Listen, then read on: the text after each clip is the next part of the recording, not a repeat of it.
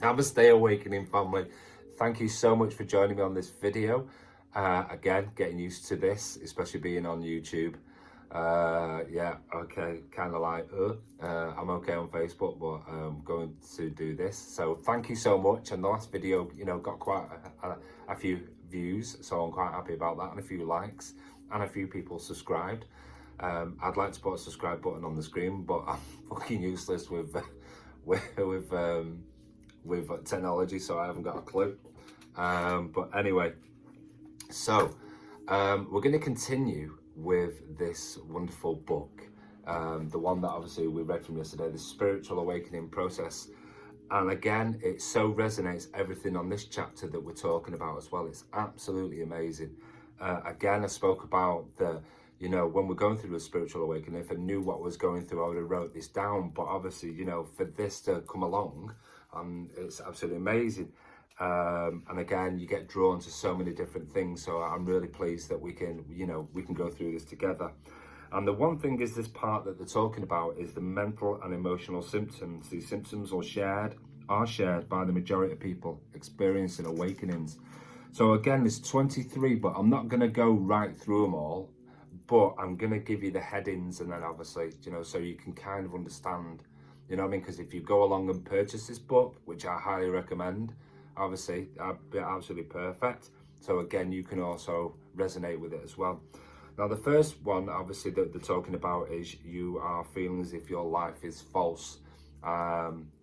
Absolutely. It's kind of like you start to look at that bigger illusion, don't you? You look up at the stars and you start to think, there's more to this. There's got to be more than this. This journey, why am I here, what I'm doing? You've seen so many different things on TV, which obviously I don't like watching.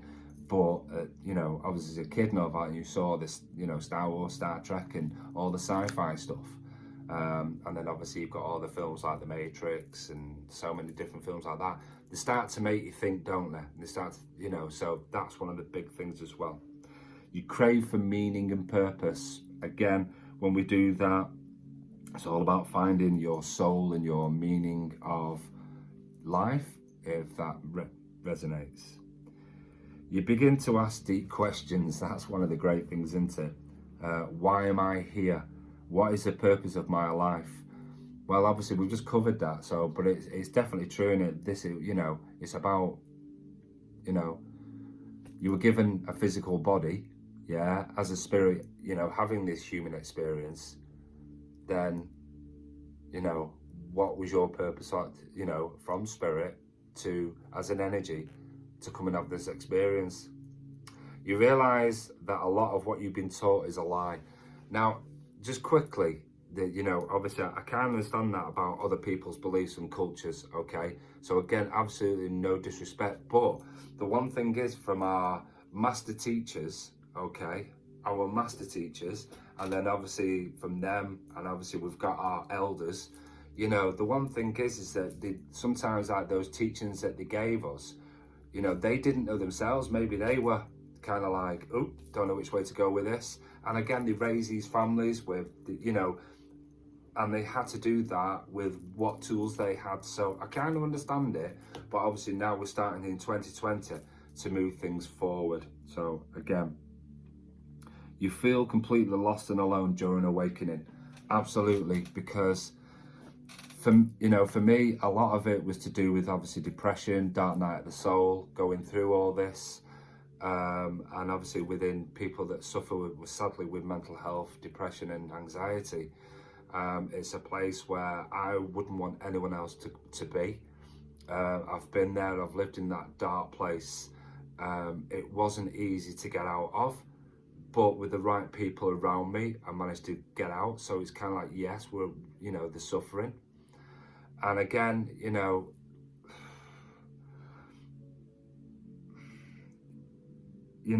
that place is not easy. It really isn't easy, because you feel like you're being controlled in a really weird sense, that everything, the feelings, the senses, even the communication doesn't come from you. It's like it's not a possession, because obviously you're controlling the physical body walking around, but it's just the emotions. It's kind of like, in it, when they say, when the death of a loved one, we feel sad, don't we? And obviously we get all that emotion, but with depression, you don't feel a goddamn fucking thing. And that's the hardest thing, and that's what really saddens me, because there's so many people becoming statistics on this journey. But I can understand that journey, but obviously it's something I don't want to go into.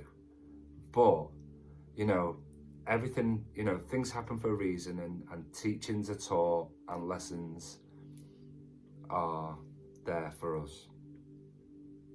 You see through the illusion of society, and it says materialism, and I completely understand with that. And I'm not going to go into a massive soapbox about materialism, but, you know, the one thing is that there's nothing wrong with a couple of quid jacket, you know what I mean, or everything. You start to give things away, because you know what, it doesn't matter. You ain't going to take it with you, yeah?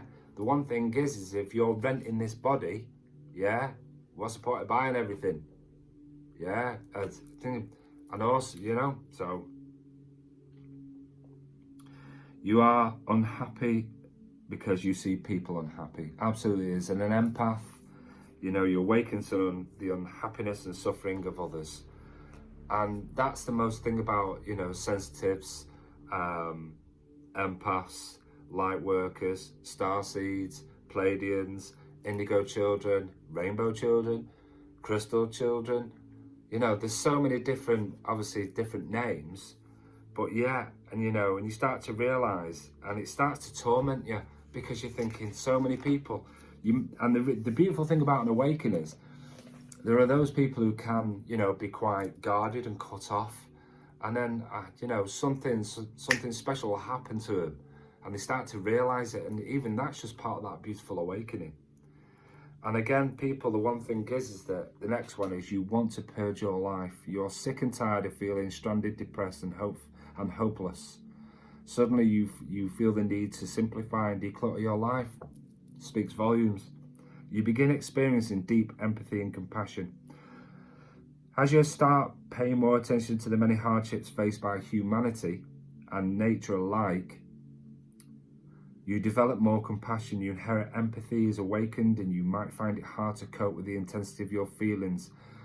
And I think what they're talking about there is like an emotional release, and we get really, really emotional at quite a lot of things. I cry at films.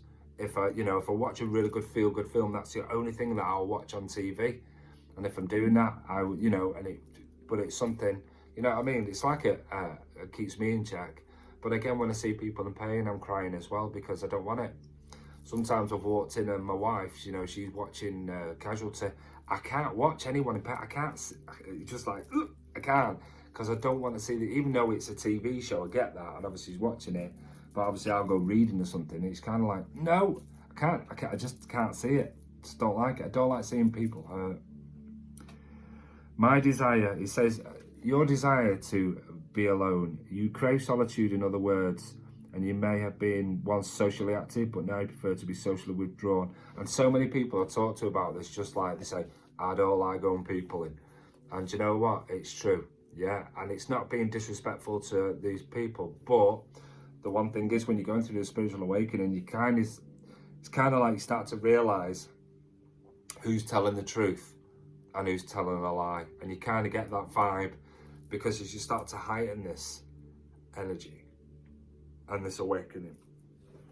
So again, conversation becomes shallow, and when you do talk to people, you feel an acute sense of separation. You realise that very few people are comfortable with talking about passion, even emotions. Because obviously I go into conversation and I'm talking about that, and they're like, oh yeah. But I absolutely love doing things like say colorization. Do you know what I mean? Because obviously it represents the dark night of the soul, that I don't want to be in that darkness anymore. Yeah, so I wear colourful things because it brightens my day also. It's just always that constant reminder.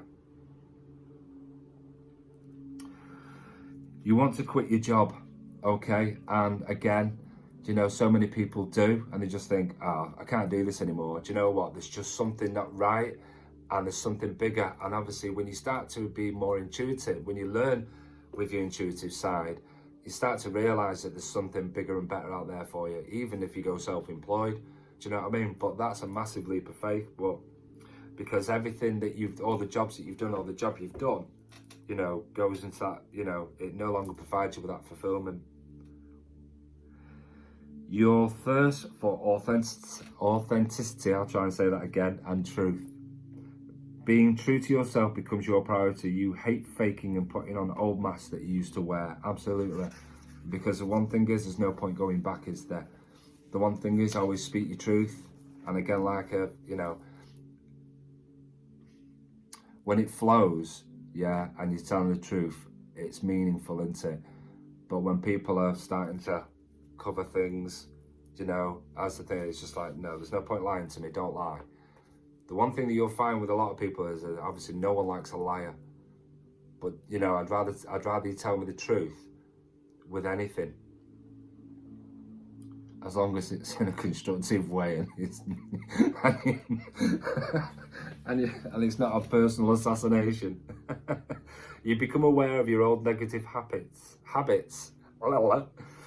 You are painfully aware of your flaws and destructive habits within you. A strong urge arises to wipe the slate clean and start over. Absolutely. That's what I mean. You've just simply, we all joke about it, but you've got to let things go. There are those people that have hurt you. You've hurt them. I can wholeheartedly get it. I wholeheartedly get it. But if you don't forgive your past, the situations, and yourself, you'll never move forward.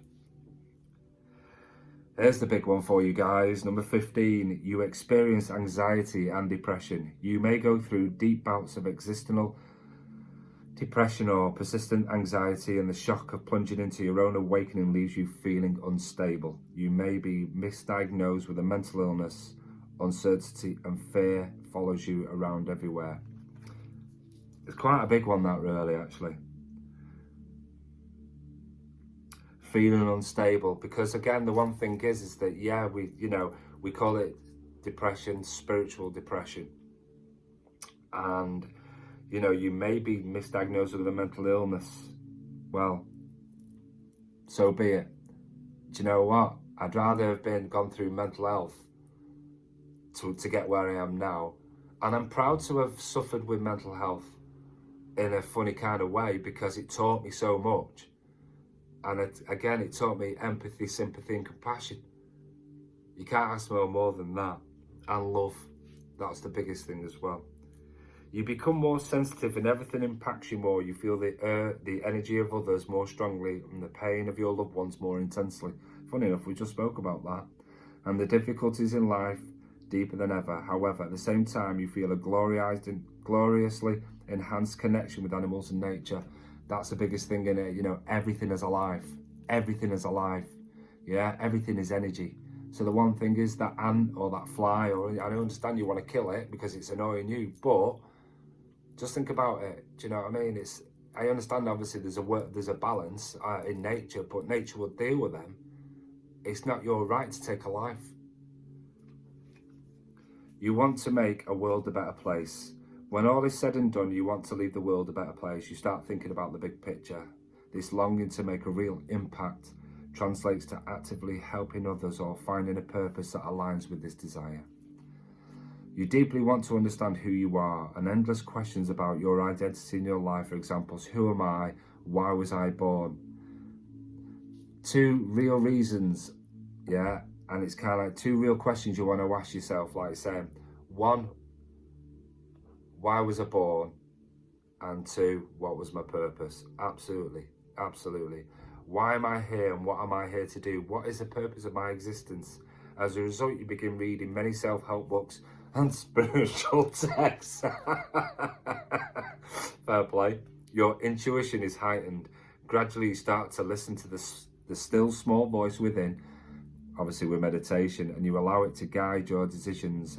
Eventually, you start to uncover the hidden gifts and talents that you have. We are all born psychically. More synchronicity. What a great one, because I'm always posting this on my page. You start becoming conscious of the many signs and omens that life brings to you.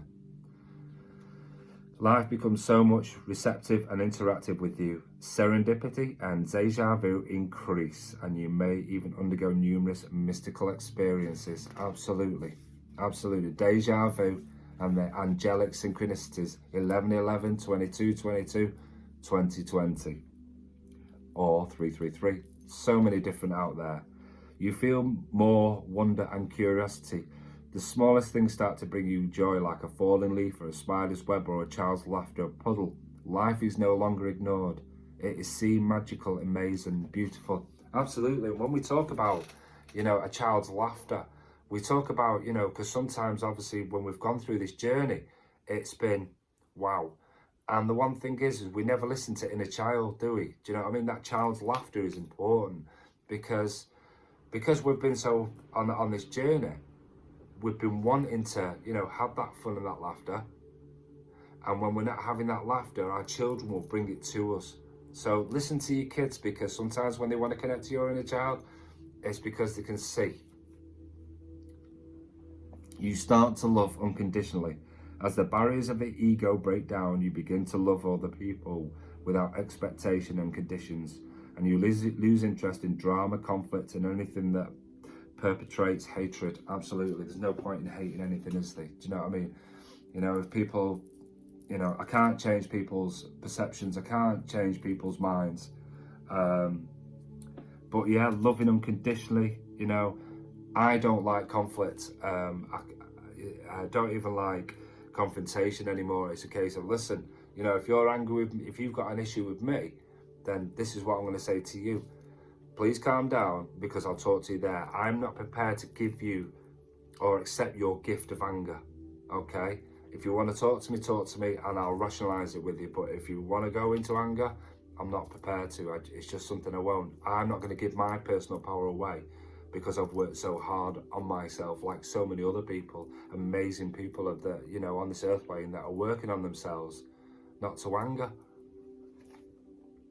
You see that we are all one. Not only do you intellectually understand that we are all interconnected, but you feel it deep within your bones. Absolutely, because that's why you are all my beautiful spiritual brothers and sisters.